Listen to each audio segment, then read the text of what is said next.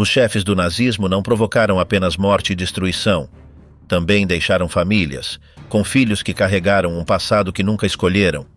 Muitos cresceram entre luxos, normas rígidas e obediência total, sem saber o que seus pais faziam enquanto massacres e deportações eram realizados. Alguns nasceram em chalés de montanha, outros viveram em residências oficiais. Seu dia a dia transcorria entre jogos, retratos solenes e rotinas cuidadas por babás, cozinheiros ou seguranças. Não entendiam por que seus sobrenomes geravam medo. Quando a Alemanha se rendeu, suas vidas mudaram de repente. Os nomes que antes abriam portas passaram a ser um peso difícil de carregar. Alguns foram presos ou interrogados, outros rejeitados em escolas, vigiados por autoridades ou perseguidos por seus laços familiares. Muitos decidiram esconder sua identidade. Alguns tentaram compreender sem justificar. Vários defenderam seus pais, e houve quem escolheu calar. O que faz alguém quando o passado de sua família se torna uma condenação que o acompanha a vida toda?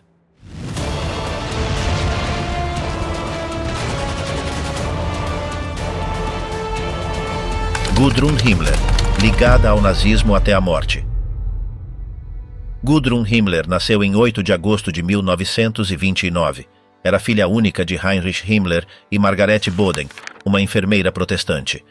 Desde pequena viveu em um ambiente carregado de nacionalismo e racismo. Seu pai, obcecado com a raça pura, supervisionava tudo em sua vida: seus estudos, rotinas e até amizades. Muitas vezes a levou em visitas oficiais, incluindo uma a Dachau, onde aparece em uma foto rodeada de altos comandos. Gudrun adorava seu pai e o chamava com carinho de papai viajante. Sua relação era estreita.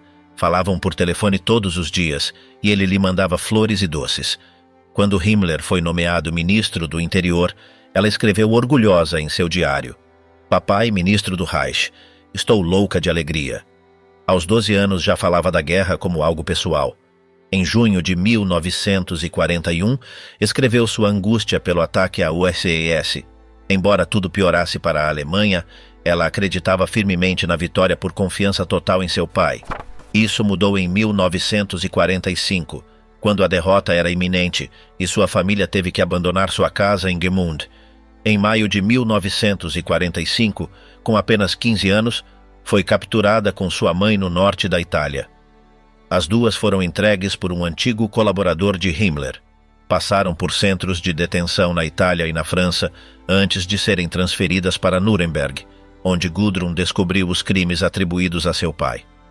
Quando soube do suicídio de Himmler em 23 de maio, caiu em uma crise física e emocional que a deixou semanas na cama. Nunca aceitou essa versão. Sempre acreditou que o haviam assassinado. Essa convicção a acompanharia toda a sua vida.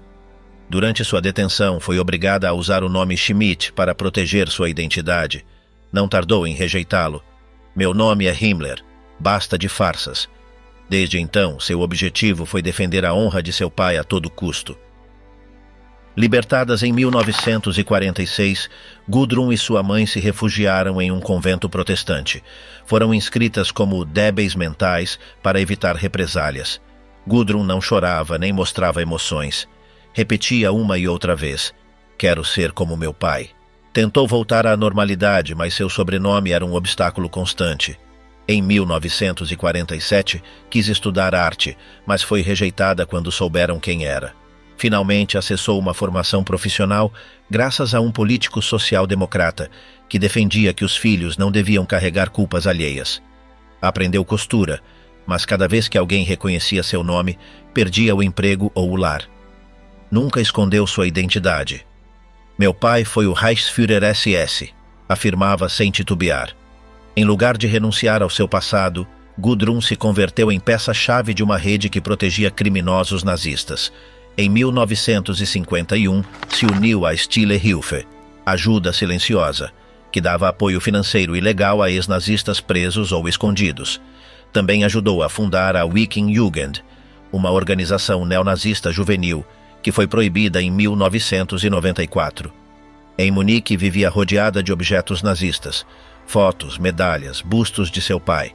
Viajou inclusive a Londres em 1955 para participar de um evento com o filho de Ribbentrop, outro hierarca nazista. Durante anos visitou o criminoso Anton Mallott e ajudou nazistas procurados como Eichmann e Barbie. Também apoiou o neonazista Klaas Faber em operações para evitar sua extradição. Casou-se com Wolf-Dieter Burwitz, simpatizante nazista, e teve filhos. Viviam perto de Munique. Um de seus filhos se tornou promotor. Apesar da rejeição social, Gudrun jamais se afastou das ideias de seu pai. Foi relacionada ao partido de extrema-direita NPD e participou de atos nostálgicos do nazismo na Áustria. Só falou com a imprensa uma vez, em 1959. Sempre evitou os meios de comunicação. Não falo do meu trabalho, dizia quando lhe perguntavam sobre seu papel na Stille-Hilfe. Morreu em 24 de maio de 2018, com 88 anos, fiel até o final ao legado de Himmler.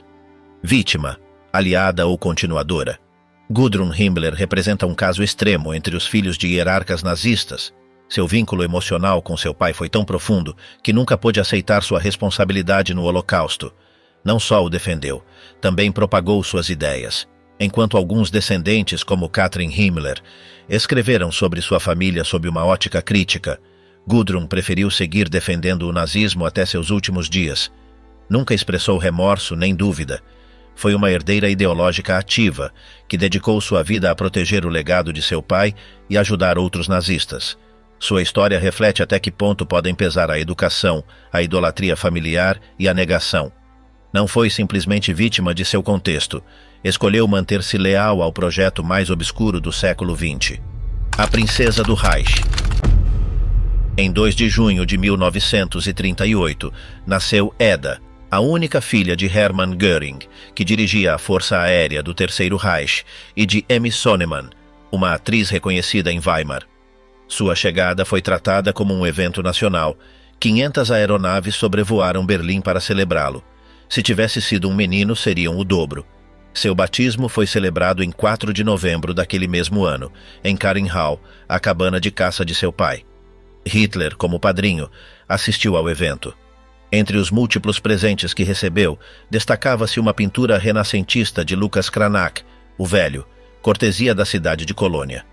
As imagens dela junto a seu pai circularam em milhares de postais por todo o país. A infância de Eda transcorreu em Karinhal, uma mansão rodeada de bosque, a cerca de 60 quilômetros de Berlim. Esta residência luxuosa tinha piscina, cinema privado, um zoológico, trens em miniatura e um museu com arte roubada por seu pai. Como presente da Luftwaffe, recebeu uma casa de bonecas, réplica do Palácio de Potsdam, com todo o luxo de detalhes. A chamavam de Edalene com carinho. Sua educação ficou a cargo de governantas e seus pais lhe ofereceram todo tipo de cuidados. Enquanto o país atravessava a guerra, ela vivia como em um conto, sem carências nem medos. Seu pai organizava apresentações teatrais só para ela e lhe dedicava grande parte de seu tempo. Desde muito pequena, esteve rodeada de visitantes famosos e líderes do regime. Conheceu figuras como Mussolini, os duques de Windsor e Charles Lindbergh. Chegou-se a afirmar que quando Eda começava a caminhar, fechava-se uma autoestrada do Reich para que pudesse praticar. Quando o conflito chegava ao fim, em 31 de janeiro de 1945, ela e sua mãe escaparam de Obersalzberg devido ao avanço do exército soviético. Göring mandou destruir Karinhal para evitar que caísse em mãos inimigas, mas antes enviou sua coleção artística para Berchtesgaden, usando trens especiais. A família se refugiou em um castelo medieval na Áustria chamado Mauterndorf. De lá, Göring tentou tomar o controle do Reich, seguindo um decreto que o posicionava como sucessor em caso de incapacidade de Hitler. No entanto, o Führer o acusou de traição e ordenou sua prisão. Em 23 de abril de 1945, a SS pôs a residência sob vigilância. Ninguém podia se comunicar, e todos foram trancados separadamente. Durante esse confinamento, Eda se assustava muito. Os bombardeios a obrigavam a refugiar-se com sua mãe nos porões, enquanto seu pai ficava isolado em uma caverna sem ventilação. Chorava seguido, angustiada pelo estrondo e a escuridão. Com a troca de soldados em que, em 7 de maio, os americanos os detiveram. Um oficial lhes permitiu passar uma última noite no castelo antes de prosseguir.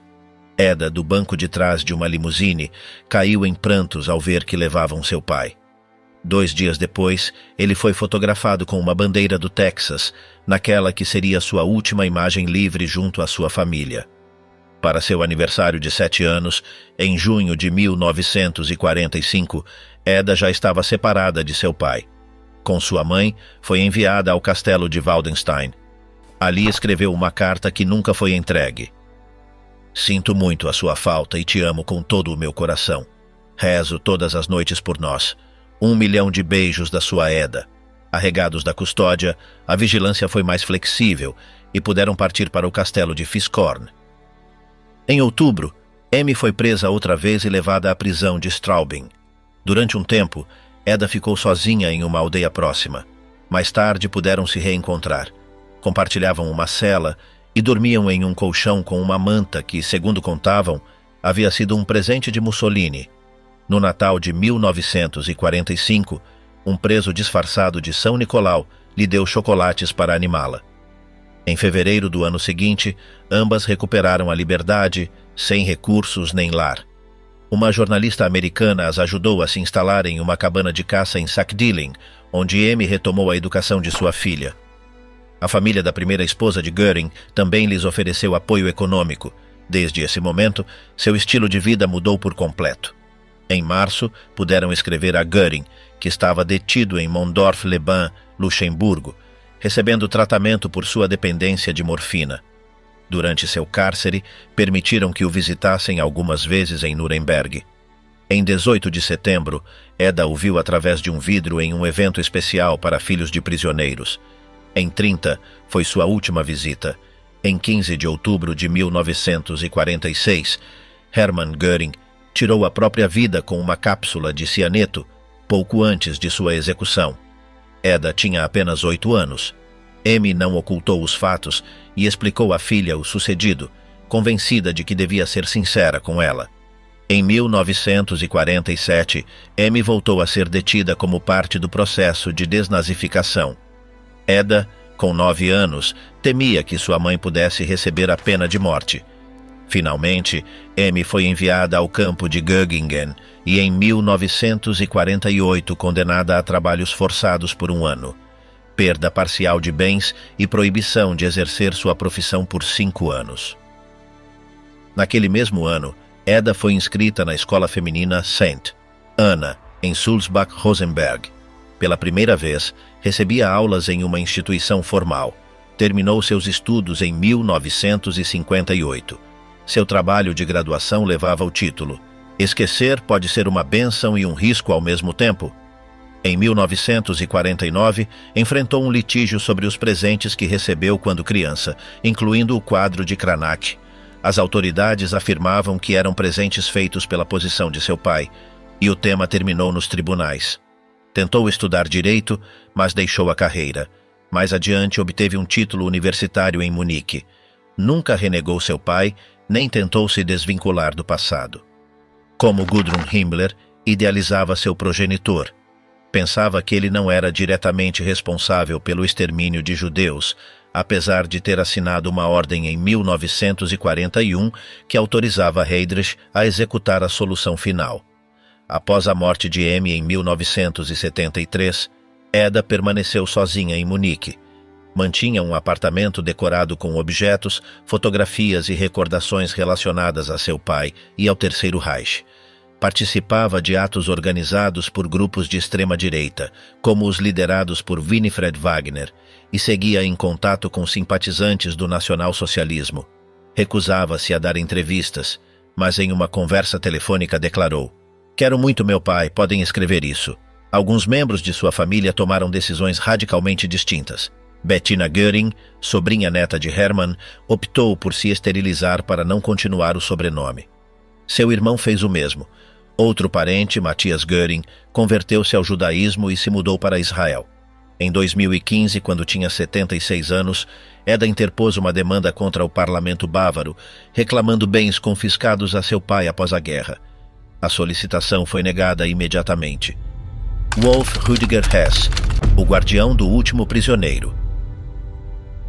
Um dia de maio de 1941, Rudolf Hess passou um tempo brincando com seu filho pequeno de 3 anos. Ao se despedir, escondeu cartas pessoais e seu testamento entre os brinquedos do menino e guardou uma foto dele no bolso. Vestido com um uniforme de aviador, preparava-se para uma arriscada missão que marcaria seu destino para sempre. Naquele mesmo 10 de maio, decolou de Augsburgo em um avião Messerschmitt Bf-110, modificado para cobrir um trajeto de mais de 1.600 quilômetros. Seu objetivo era oferecer um tratado de paz diretamente aos britânicos.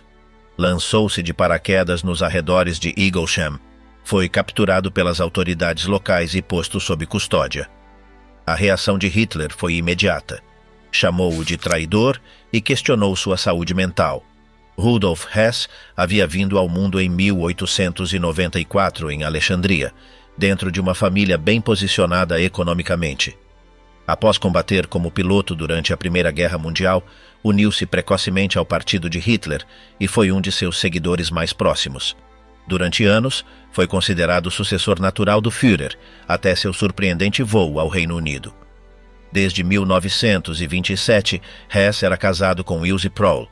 Seu único filho, Wolf Rüdiger, nasceu em 1937 após várias tentativas frustradas de conceber, incluindo tratamentos médicos pouco convencionais. Foi batizado em uma cerimônia não cristã com Hitler como padrinho e recebeu presentes provenientes de toda a Alemanha. Após a tentativa frustrada de negociar com os aliados, a família Hess ficou relegada do círculo do poder.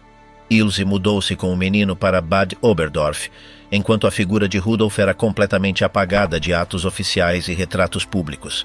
Apesar da marginalização, Rudolf mantinha contato com sua esposa e filho através de cartas, primeiro do Reino Unido e mais tarde de Nuremberg e da prisão de Spandau. No julgamento de Nuremberg, foi condenado à prisão perpétua sob acusações de conspiração e crimes contra a paz. De 1947 até 1987, viveu encarcerado em Spandau, sob vigilância estrita das potências aliadas. Seu filho pôde visitá-lo em 102 ocasiões. Durante décadas, as visitas foram frias e regulamentadas. O afeto físico era proibido. Somente em 1982, pôde abraçá-lo pela primeira vez. Wolf Rüdiger formou-se como engenheiro civil e, desde os anos 60, iniciou uma campanha pública para limpar o nome de seu pai, a quem via como um pacificador incompreendido. Negou-se a prestar o serviço militar e criticou duramente as versões oficiais sobre o papel de seu pai no regime nazista. Sempre sustentou que a condenação foi produto de interesses políticos. Ao longo de sua vida, escreveu 3 livros onde tentou mostrar outra imagem de Rudolf Hess. Além disso, dirigiu uma associação dedicada a investigar as circunstâncias que rodearam sua morte. Em 1987, quando Rudolf faleceu, as autoridades concluíram que se tratou de um suicídio. No entanto, seu filho não aceitou essa versão. Solicitou uma nova autópsia em Munique, cujos resultados sugeriram sinais de possível estrangulamento. Até o dia de sua morte em 2001, Wolf Rüdiger insistiu em que os serviços secretos do Reino Unido haviam assassinado seu pai para evitar sua libertação. Nunca abandonou essa hipótese, que sustentou em entrevistas, livros e conferências. No ano de 2011, por decisão de seus descendentes, os restos de Rudolf Hess foram exumados e posteriormente incinerados. O objetivo era evitar que seu túmulo se convertesse em um sítio de peregrinação para grupos neonazistas. Apesar desta medida, a cada ano milhares de pessoas continuam reunindo-se em sua memória. A vida de Wolf Rüdiger Hess esteve fortemente marcada pela figura de seu pai. Cresceu convencido de sua inocência e criou seus filhos com essa mesma ideia. Um deles, Wolf Andreas Hess, criou um sítio web dedicado a honrar a memória de seu avô e foi sancionado em 2002 por declarações negacionistas sobre o Holocausto. A história de Wolf Rüdiger não foi única. Como vários descendentes de líderes do Terceiro Reich, viveu preso entre o legado familiar, a fidelidade à sua linhagem e uma visão do passado que chocava com o consenso histórico. Passou sua vida defendendo uma versão alternativa dos fatos, sem lograr nunca mudar a narrativa dominante. Contra seu sangue, a rebelião de Niklas Frank. Aos 4 anos, Niklas Frank viajava no banco de trás do carro da família, quando sua mãe o levou ao gueto de Cracóvia. Brigitte costumava ir lá comprar peles e espartilhos, garantindo que eram da melhor qualidade. Da janela, o menino via corpos imóveis e garotos em farrapos que o observavam sem falar. Sem entender o que acontecia, pensava: o que terão feito para terminar em um lugar assim? Em sua casa, falar do gueto era algo comum. Mencionava-se como um lugar onde se conseguiam coisas de valor por pouco dinheiro. Brigitte voltava contente com tapetes, joias ou objetos finos, sem mostrar compaixão pelo sofrimento que via. Uma vez, permitiram que Niklas descesse do carro. Ao entrar em uma moradia, presenciou algo que jamais esqueceu. Um homem insultava uma anciã extremamente magra, gritando que logo estaria morta. Essa cena o acompanharia por anos, inclusive quando escrevia sobre seu pai de sua escrivaninha, em um quarto sem aquecimento. Desde 1939, os Frank viviam no castelo de Wawel, em Cracóvia. A residência foi adaptada ao estilo do regime, com uma bandeira do Reich ondeando no topo. O luxo reinava: serviçais, refeições servidas em bandejas de prata e quartos amplos. Hans Frank administrava dali o governo geral da Polônia. Sua esposa referia-se a ele como Rei da Polônia. Na família, Niklas era apelidado de o Estranho. Seus pais não lhe davam muita atenção. Hans, frio e sarcástico, zombava dele com frequência. Brigitte, dominante e ambiciosa, deixava a criação nas mãos de babás. Os filhos eram enviados a internatos ou passavam longas temporadas na Baviera, longe do terror que reinava no território ocupado. Hans Frank, advogado de profissão, foi um dos primeiros defensores de Hitler. Encarregou-se de dar forma legal ao Estado nazista. Em 1939, foi nomeado governador do território polonês. De seu escritório, organizou deportações massivas de judeus aos campos. Em seus discursos, chegou a dizer que quanto mais judeus morressem, melhor. Os irmãos mais velhos de Niklas, Norman e Sigrid, assistiam aulas na escola alemã de Cracóvia. Enquanto isso, os mais novos permaneciam na Alemanha com uma babá. Niklas recordaria anos mais tarde uma visita com sua cuidadora a um campo próximo, onde presenciou como uns homens extremamente magros eram jogados de burros. A ele, em vez disso, ofereceram chocolate quente. Em 1945, com a guerra chegando ao fim, Hans Frank fugiu com sua família para a Baviera, levando consigo pinturas valiosas roubadas, incluindo obras de Rafael e Da Vinci. Foi detido por tropas americanas em 4 de maio. Antes de se entregar, deu à esposa 50.000 marcos. Segundo Norman, fê-lo sem mostrar nenhum afeto. Voluntariamente, Hans entregou 40 tomos de seus diários pessoais aos aliados. Neles escreveu frases como: "É preciso matar os judeus onde quer que estejam." Pensava que suas anotações o justificariam. Foi julgado nos processos de Nuremberg, onde tentou suicidar-se em 2 ocasiões. Durante sua reclusão, converteu-se ao catolicismo. Foi enforcado em 16 de outubro de 1946. Niklas, com 7 anos, não chorou. Recordava que seu pai lhe havia prometido passar o Natal juntos. Nunca se despediram, como se ele fosse um criminoso. Em 1947, prenderam Brigitte Frank e a transferiram para o campo de Göggingen, junto a outras esposas de hierarcas. Compartilhou cela com Ilse Hess e Emmy Göring. Niklas foi vê-la 4 vezes. Brigitte, após sua libertação, disse que aquela temporada foi como umas férias maravilhosas. A família passou por tempos difíceis depois. Viveram com poucos recursos. Niklas foi internado em uma escola na ilha de Föhr, onde encontrou alguma paz. Estudou Direito, Literatura e História, mas não terminou nenhuma carreira. Dedicou-se ao jornalismo, escrevendo durante muitos anos na revista Stern. Em 1993, publicou seu livro Meu Pai, uma confissão sem piedade onde manifestava desprezo profundo por Hans Frank, a quem chamava de assassino, covarde e servil. Durante muito tempo levou consigo uma foto do cadáver de seu pai. Obsessionou-se com as imagens dos campos de concentração e tentava imaginar-se dentro deles. Costumava dizer: "A culpa dele é a herança que carregamos." Nunca perdoou sua mãe, a quem via como uma mulher cruel e sem consciência. Em 1959, durante uma visita ao hospital, tentou matá-la dando-lhe comprimidos. Ela morreu em 9 de março, no mesmo dia em que ele fazia aniversário. Norman, seu irmão, mudou-se para a Argentina em 1951. Lá foi reconhecido por grupos nazistas e acabou trabalhando em uma mina. Regressou mais tarde à Alemanha, onde viveu no antigo lar familiar. Embora admirasse a coragem de Niklas, nunca renunciou ao amor por seu pai. Em seu quarto pendurava um retrato de Hans Frank sobre a cama. Faleceu em 2009, sozinho e afetado pelo álcool. Em seu túmulo, Niklas escreveu: "Agora estás livre da dor que te causou amar tanto papai." Os demais irmãos jamais reconheceram as atrocidades cometidas por seu progenitor.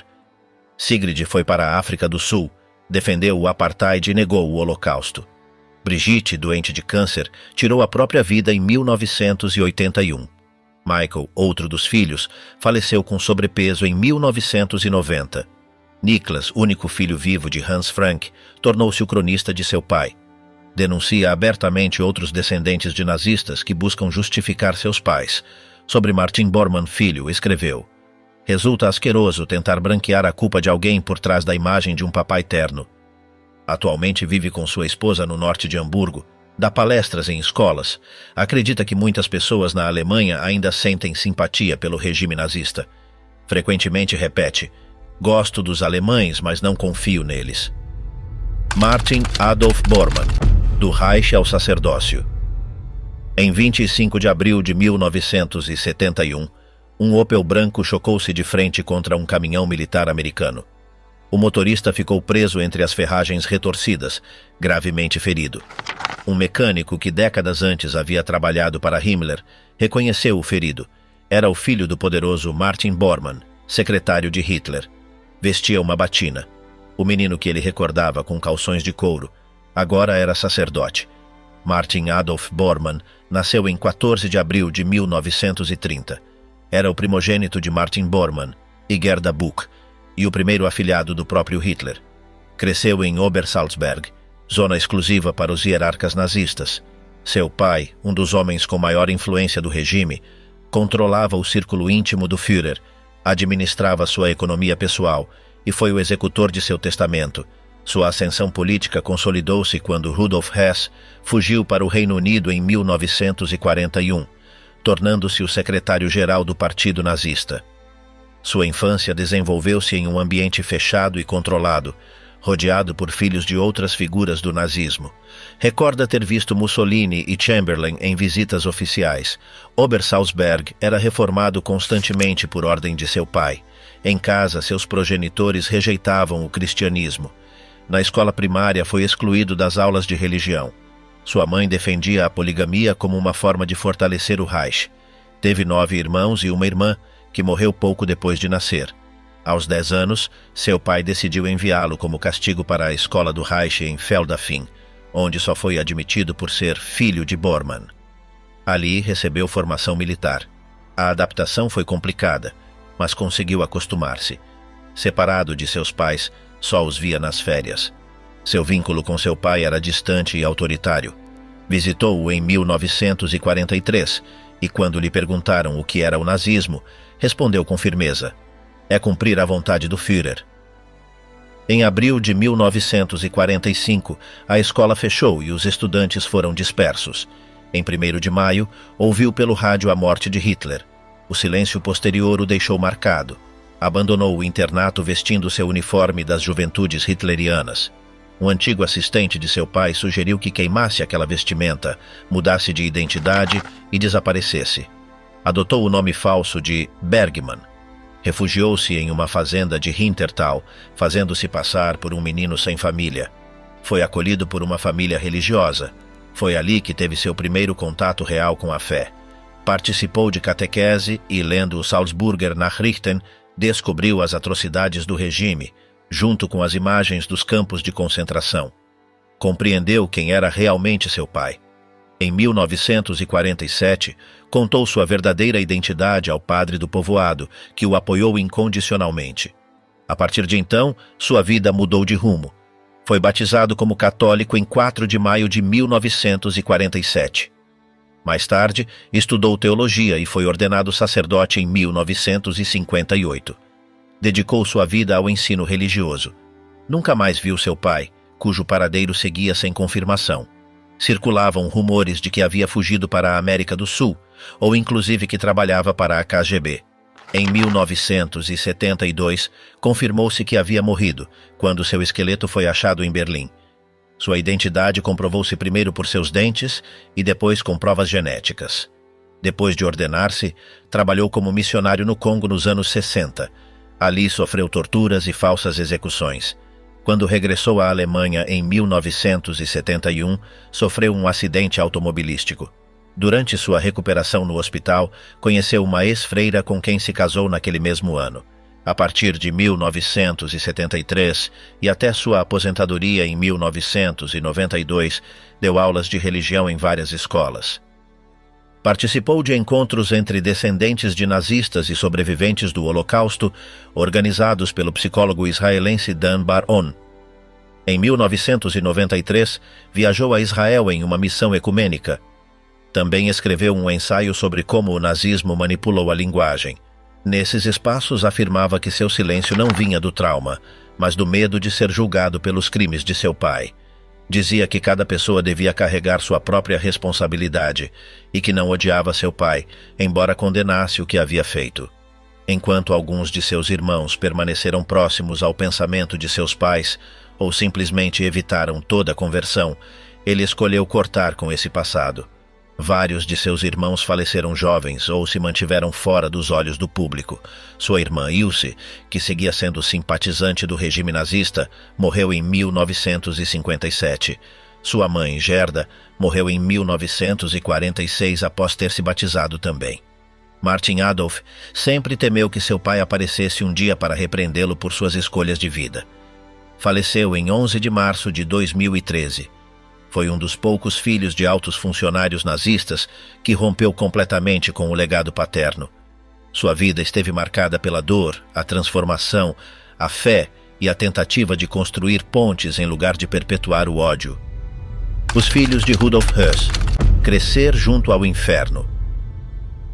Brigitte Höss passou sua infância em uma confortável moradia situada a pouca distância de Auschwitz, onde seu pai era o comandante. A casa era bem equipada e contavam com criados, muitos deles prisioneiros do próprio campo.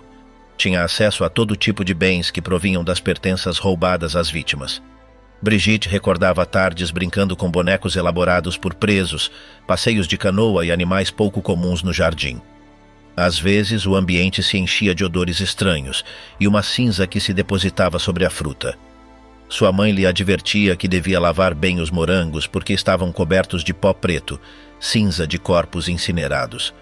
Rudolf Höss veio ao mundo em 1901, em Baden-Baden, dentro de uma família de fortes raízes católicas. Sua criação foi marcada por um estrito respeito à autoridade.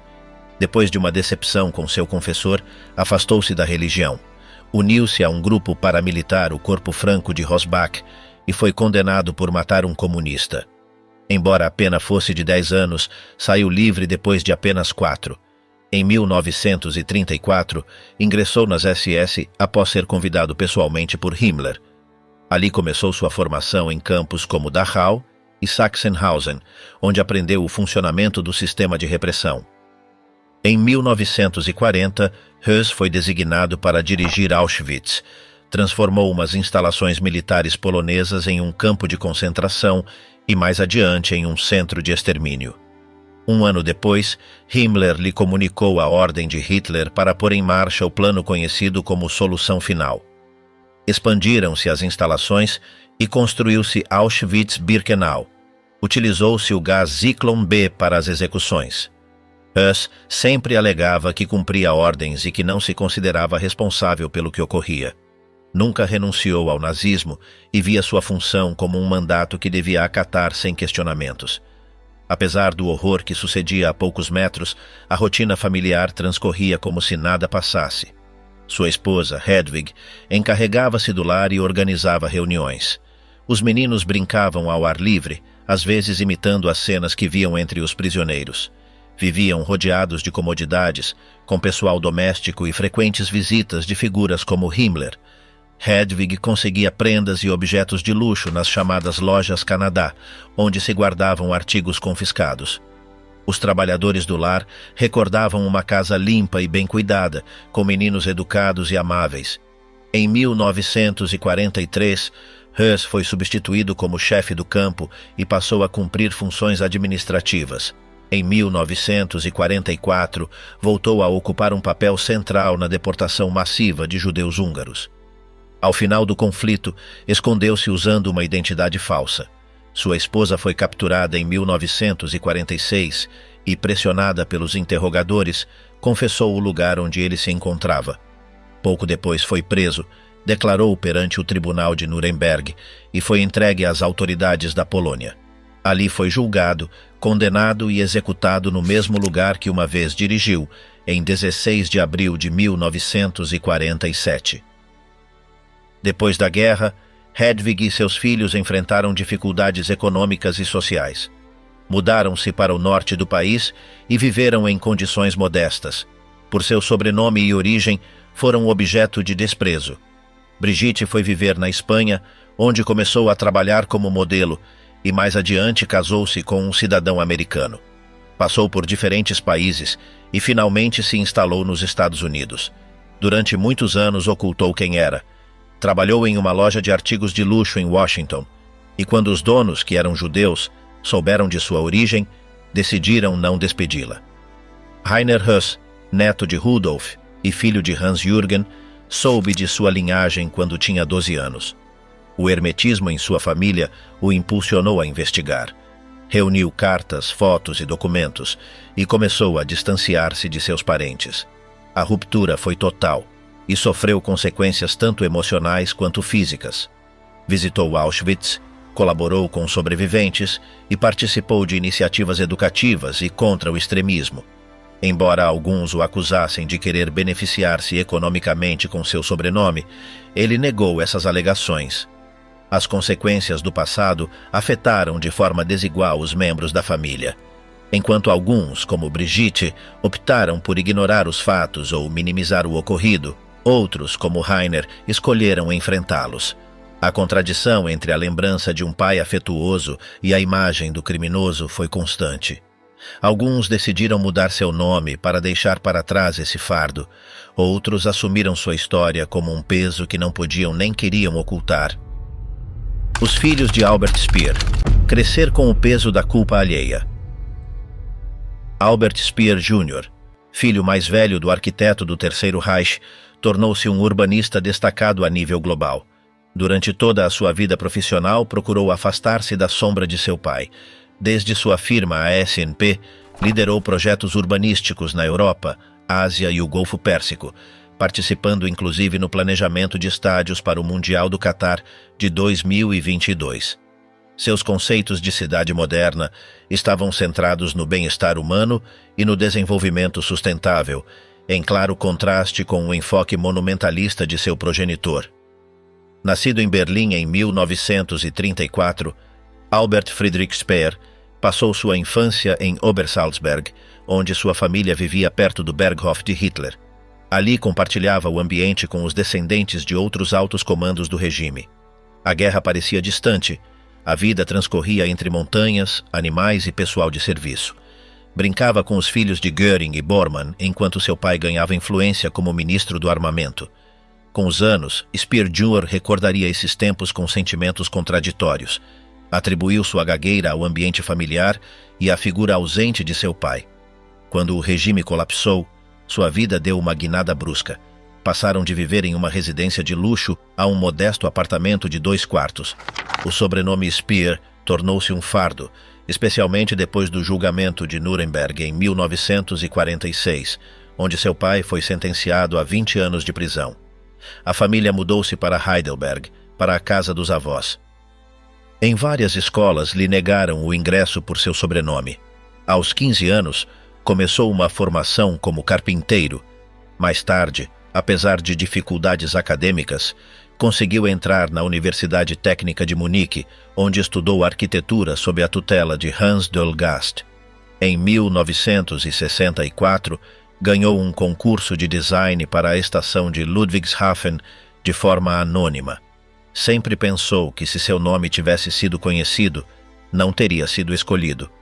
Durante o tempo que seu pai passou na prisão, entre 1946 e 1966, as relações familiares foram mínimas.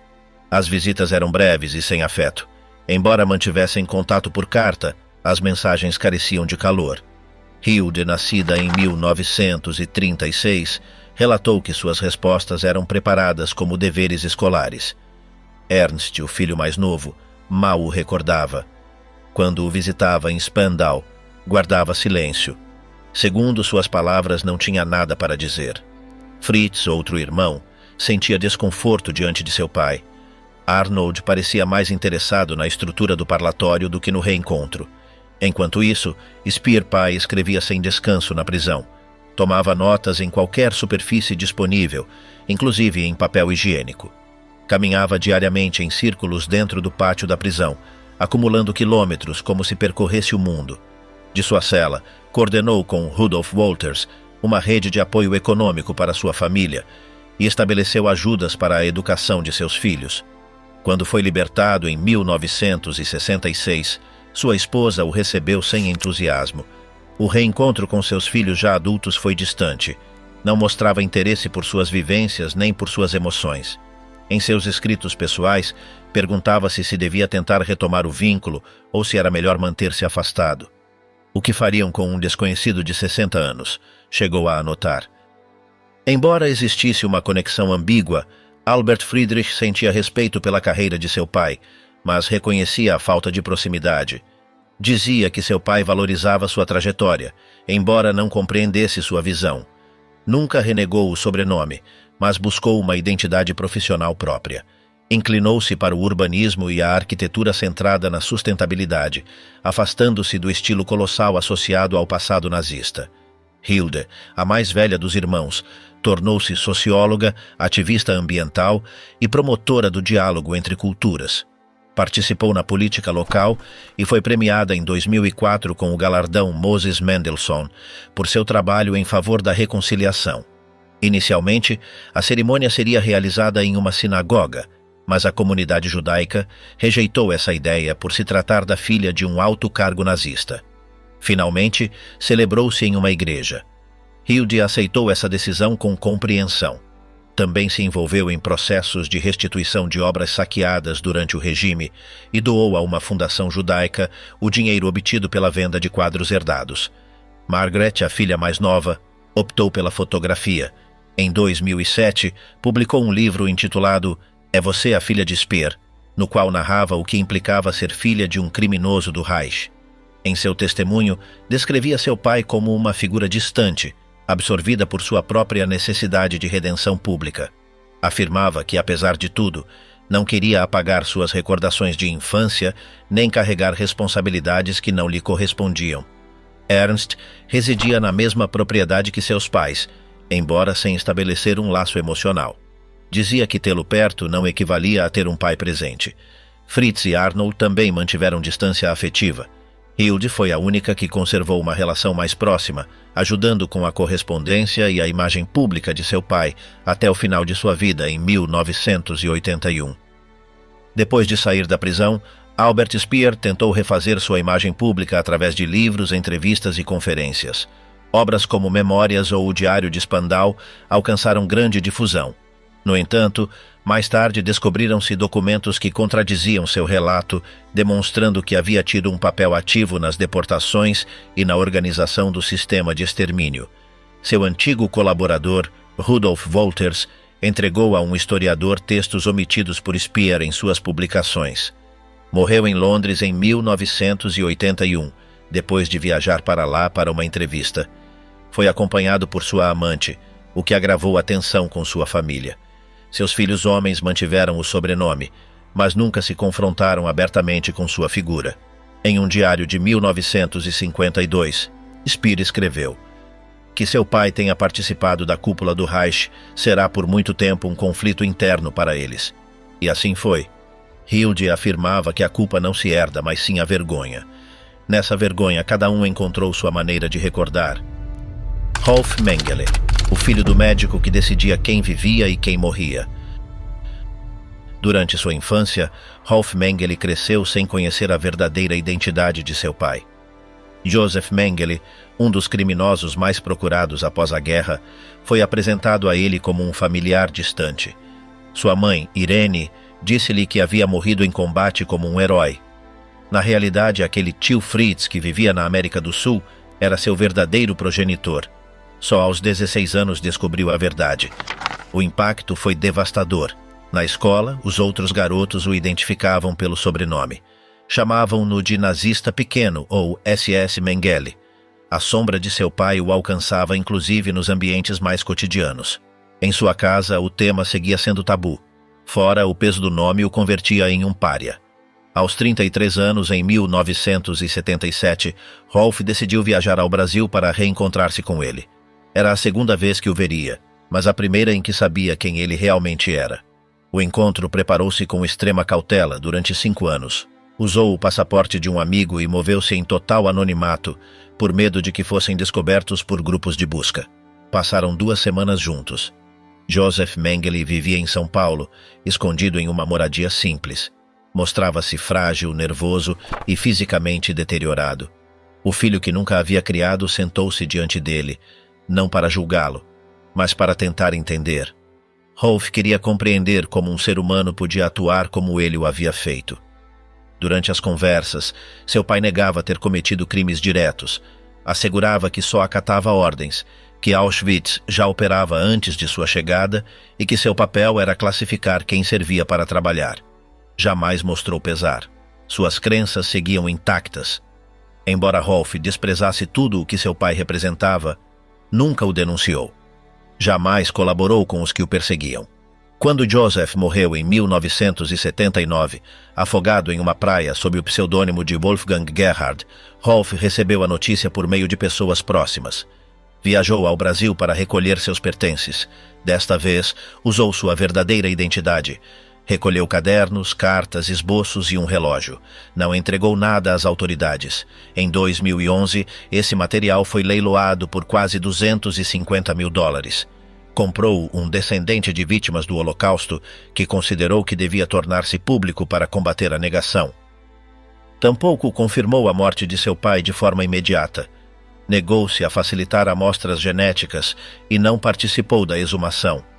O temor ao julgamento público ainda o marcava. Quando se verificou oficialmente a identidade dos restos, Rolf optou por manter-se em silêncio. Parte de sua decisão era proteger aqueles que haviam apoiado seu pai. Outra parte, distanciar-se do sobrenome. Nos anos 80, tomou uma decisão definitiva. Deixou para trás o nome Mengele e adotou o de sua esposa. Instalado em Munique, dedicou-se ao direito. Escolheu esse caminho para garantir que seus filhos crescessem sem carregar uma história que não lhes pertencia. Nunca renegou sua origem, mas tampouco a aceitou como condenação. Enquanto alguns filhos de hierarcas defenderam ou branquearam o passado, ele manteve sua distância. Não sentiu ódio, mas tampouco afeto. Era um estranho, disse. Em 2008, declarou publicamente que desejava visitar Israel e Yad Vashem. Não hesitava por medo pessoal, mas por respeito. Sabia que sua presença podia incomodar. Embora afirmasse não sentir culpa herdada, reconhecia o peso simbólico de seu sobrenome e o que evocava. Rolf Mengele foi o único filho de um alto comando nazista que se sentou diante de seu pai e lhe perguntou diretamente o que havia feito. Não obteve desculpas, nem mostras de arrependimento. Mas essa experiência marcou o rumo de sua vida. Escolheu separar-se completamente desse passado. Construiu outra identidade, afastada do eco de um dos nomes mais obscuros do século XX. A história dos filhos dos hierarcas do Terceiro Reich não é uma extensão direta dos crimes cometidos por seus pais, mas tampouco pode separar-se completamente deles. Nasceram em ambientes marcados pela obediência, pelo privilégio e pelo silêncio. Muitos ignoravam a magnitude dos fatos, enquanto cresciam entre símbolos do poder nazista, rodeados de disciplina, lealdade e normalidade aparente. Mas, após a queda do regime, seus sobrenomes converteram-se em sinal de suspeita, repúdio ou vergonha. Alguns adotaram novas identidades, romperam vínculos e buscaram construir uma vida longe de sua origem. Outros, em vez disso, defenderam a memória de seus pais ou escolheram não falar. A reação social foi diversa. Houve rejeição, estigmatização, tentativas de ocultamento e inclusive prisões vinculadas às suas relações familiares. O comum a todos eles foi a impossibilidade de ignorar o herdado. O peso do passado não desaparece com uma geração.